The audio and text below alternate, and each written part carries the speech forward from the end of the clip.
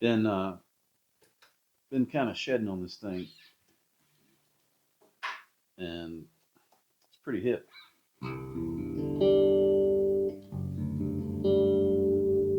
So if you use a capo on one of these, this is a shub. Um, I the thick strings will pull sharp.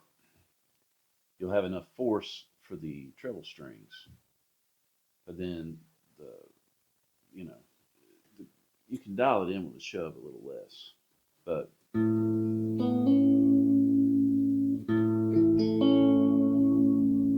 fourth string sharp, just pull it.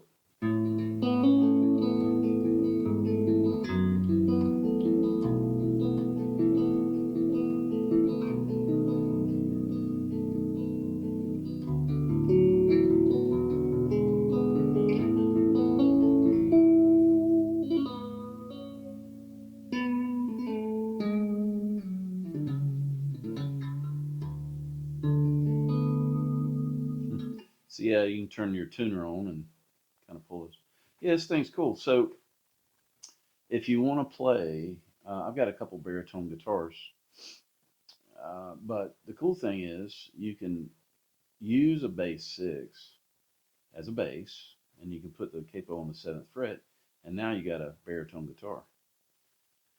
And you can mess with these switches here, and you can get baritone sounds. So something I do that's weird that not a lot of people do is I'll treat the bass six like an acoustic guitar, so I can do my fingerstyle things. And if you put your capo up here, now you're in baritone guitar territory. So you can play bass lines, you can do fingerstyle like you would an acoustic, and you can put a capo on and turn it into a baritone guitar. And you can play different rigs. I'm actually playing through a 212 combo, this Gurlitz combo. So that's what you're hearing here. Sounds great. Sounds good. Sounds good dirty.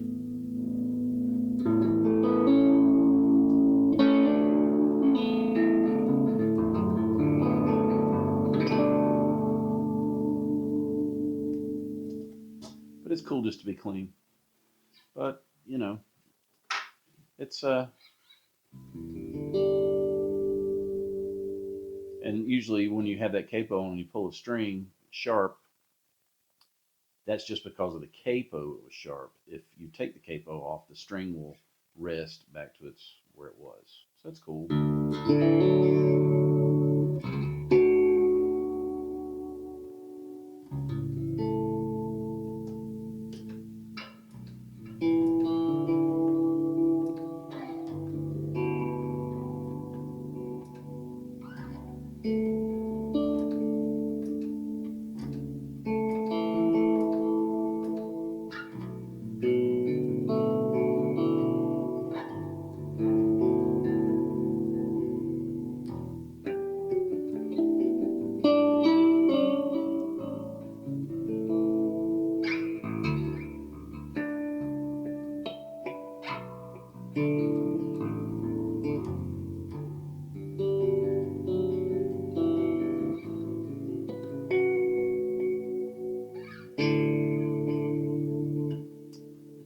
Yeah, this thing sounds really not like anything I can think of when you play it wrong. It's kind of hip. Um, and then you can do a different pickup combination.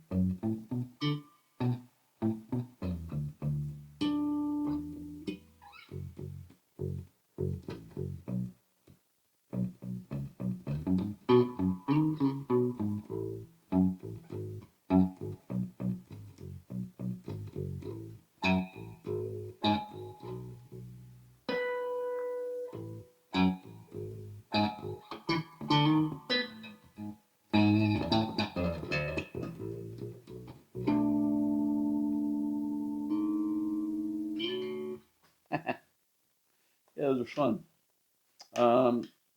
Then you can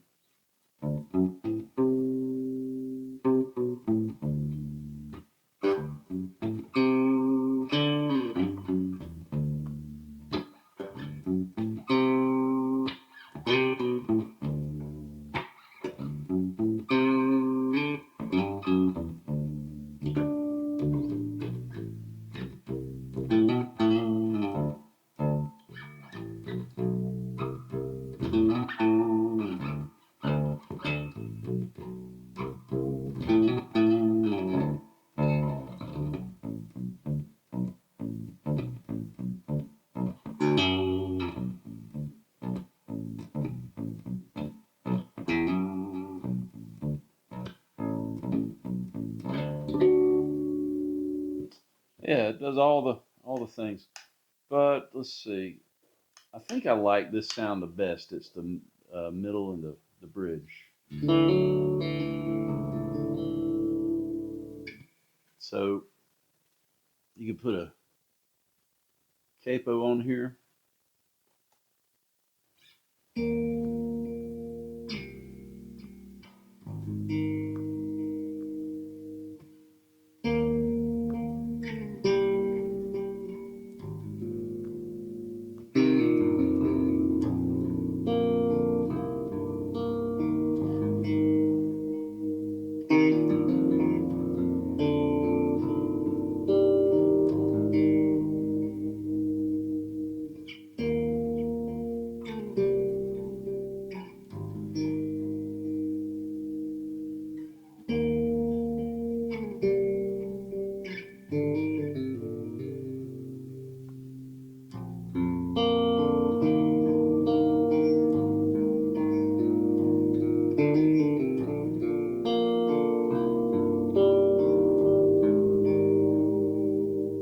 Yeah, you don't have to be busy. You don't have to be flashy, busy. Just kind of these strings are thick and the notes really have a lot of weight.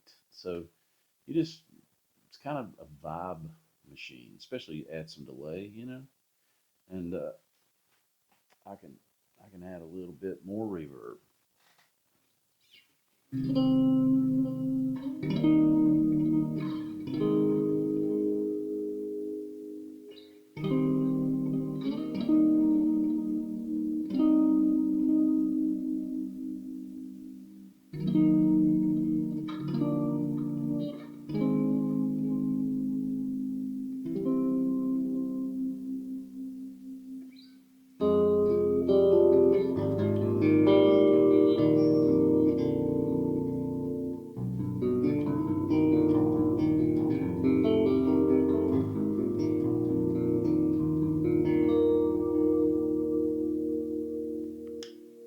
If it's a little too rumbly, you can strangle circuit it out.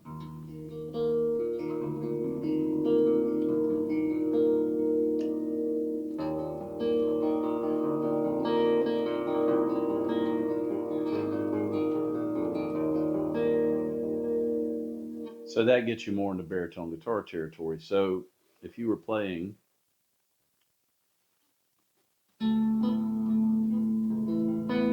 now these strings are out of tune because I'm closer up the neck,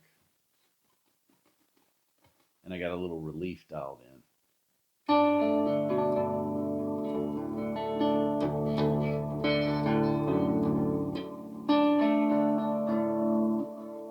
That fourth's been pulled sharp.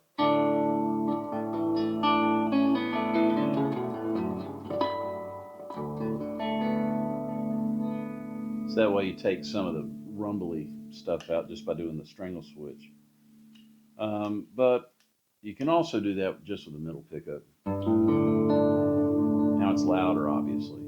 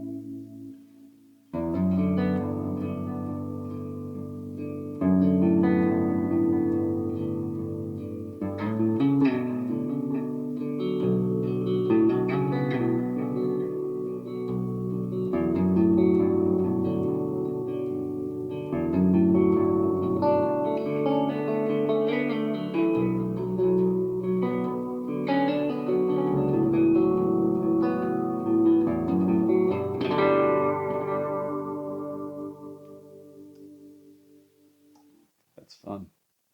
Um, and you can just practice kind of being a bass player. And when you're percussive with your right hand, you can kind of play solo, play by yourself, you know, like a drummer. You don't need a drummer because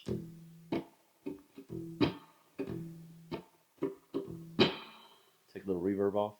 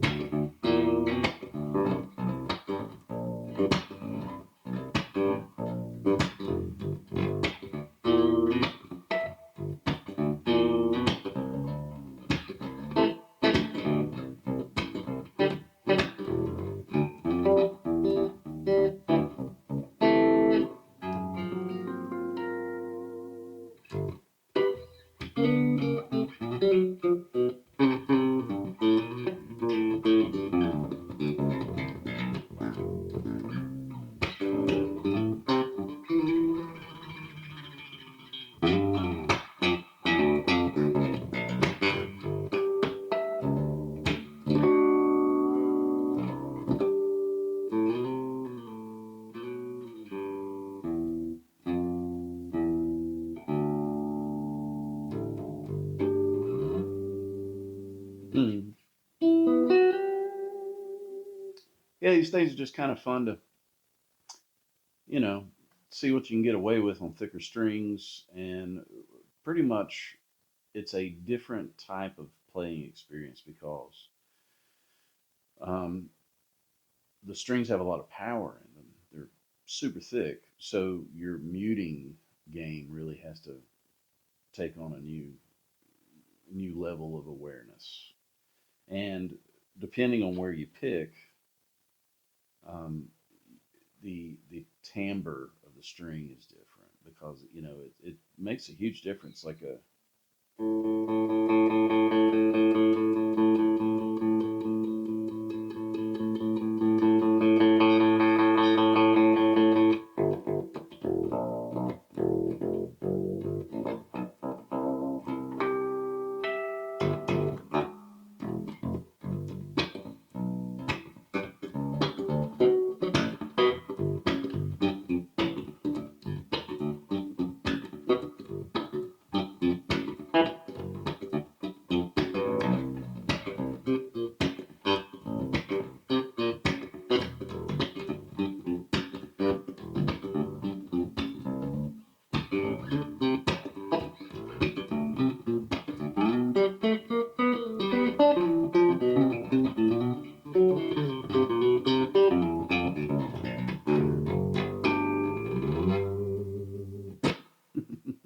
fun stuff. You know, you don't see a lot of people playing a bass six anyway, and then how do most people think, oh, well, it's a bass. Well, kind of, but it could be anything you want it to be. It does have six strings. It's based on a guitar. It's tuned just like a guitar. It's just they're just a whole octave down. So it's got a bar. It's kind of cool.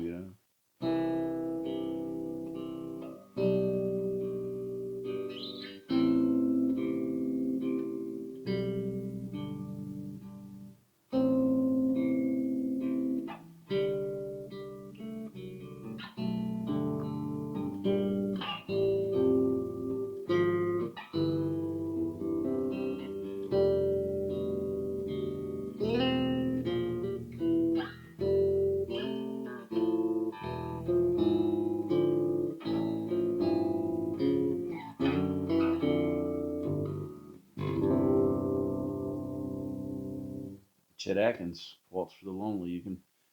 You can play fingerstyle or electric solo guitar pieces, chord solo things with this.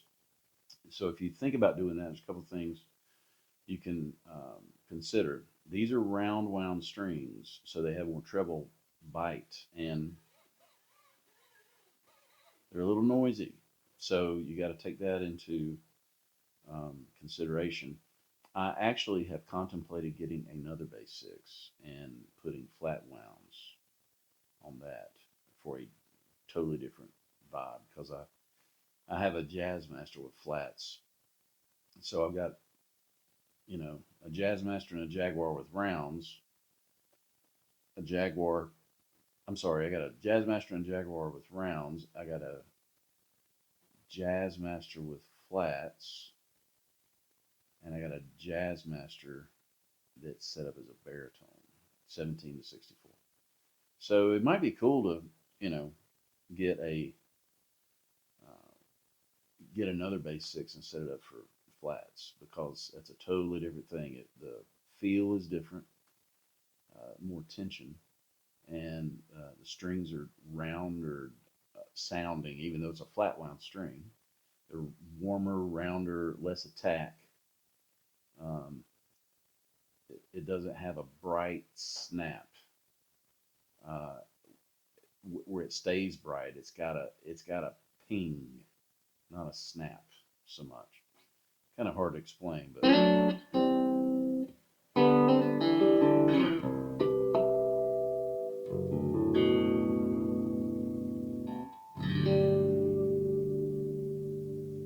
but that's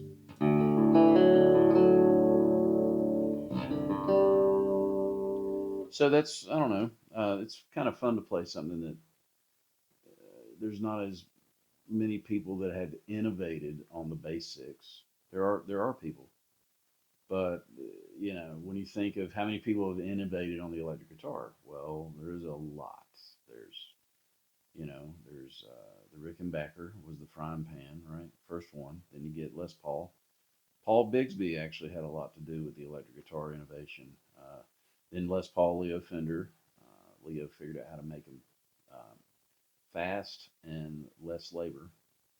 Um, and then you got players. You got Chet Atkins with Gretsch, and then you got um, you know Jim Hall, Barney Kessel, Tal Farlow, Ted Green, Lenny Breau. Then you get all the other guys like George Benson, who's had a really long running signature model, and then you had people, Hendrix, of course, with the Strat, and then you had Eddie Van Halen, big innovator.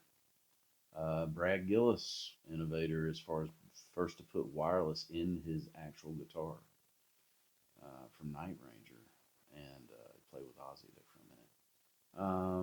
And then you had Steve Vai and Satriani, and then you had Alan Holdsworth, innovator. He had to have certain guitars where he, had that. So people pushing the instrument as far as actual design and technical ability to be able to use those new designs. And then you had, you know, um, Ibanez, you had Paul Reed Smith. All these people were innovating in electric guitar. And then you get into the amps and modeling, and that's a whole other thing. But with the bass six, it's still kind of, what is that? You get that a lot when you play one. And most of the bass six groups, the center groups, you got a couple of those stalwarts, right? Like, the Beatles had bass six on Helter Skelter. Well, yeah, they did. And Glenn Campbell played bass six on Wichita Lineman. He sure did. Robert Smith, The Cure, he played bass six. He did, yes. But it's a pretty short list. I'm leaving out some too, I'm sure, but it's a short list. So, you know, if you're thinking about pushing yourself, uh, these things are relatively inexpensive. You know, you can find them used, $500 or so. Um, and yeah, they're fun. But it's just like a regular offset guitar. They got the same kind of eccentricities. So I have a bass six video where I did a lot more playing and played through effects and all that stuff. So that's on my channel. But this is more talking and philosophical stuff and more about breaking the rules with the bass six in genres and thinking, changing your mindset about the bass six. Because, you know, you could do bass stuff, you could do baritone guitar stuff, you could use a strangle switch and take the rumble out of it and kind of come up with some new sounds. Or you could think of it like an acoustic guitar. So I'll play us out with some acoustic guitar stuff on the bass six.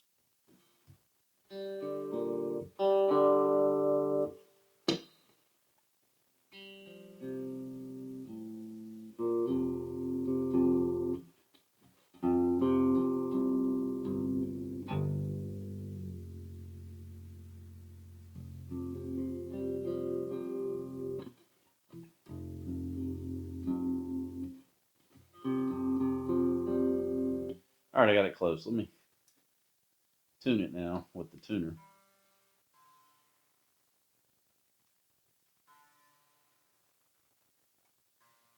Yeah, it's been cold here, and I got to go through all my acoustics and make sure that they didn't. When instruments are cold, they're going to tense up because they're going to compress. So they're going to go up, and you know they'll drift up about a quarter of a step.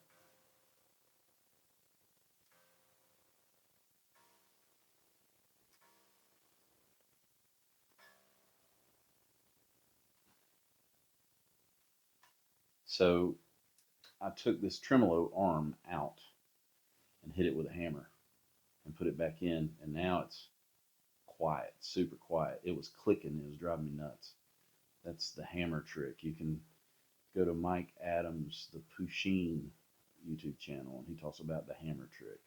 And that's all it is. You basically just hit the shaft of this thing. You take it out, you take it outside, you whack it up against a brick, and you try and put something to elevate it to where you can get just a little crook in it, just enough where to still fit down in there, but you know, it'll go in there a little angry. It won't want to go in there super smooth. This is Richard Thompson, Bees Wing.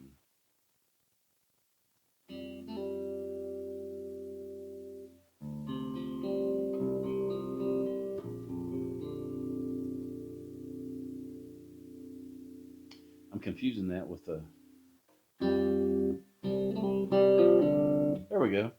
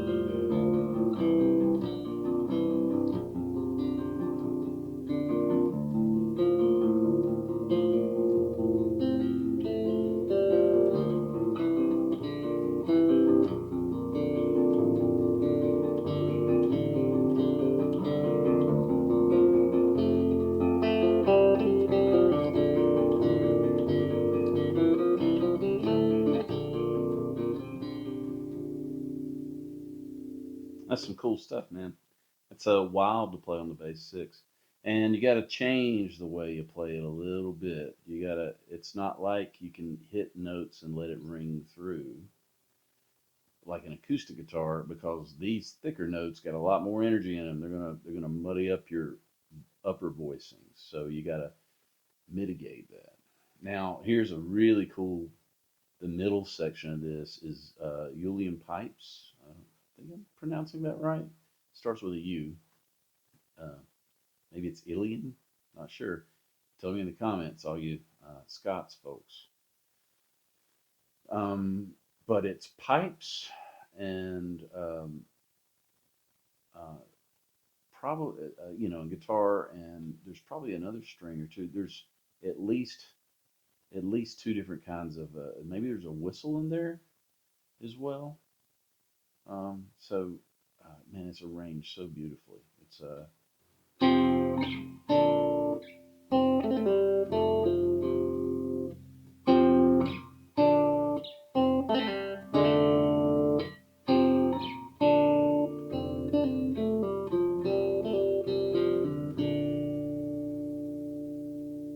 so that I'll lean up to do that.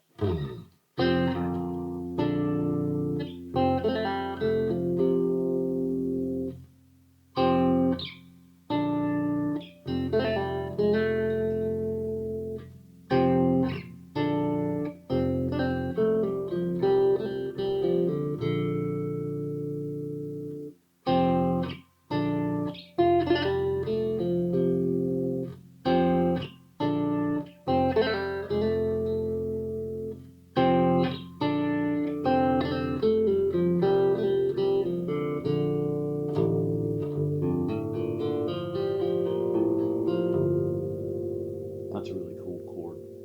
I want to play it. I'm going to play it at tempo.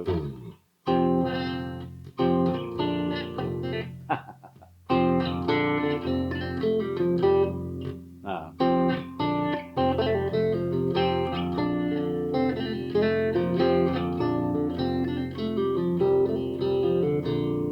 so that's it. Now I want to slow it down and play it like I mean to play it.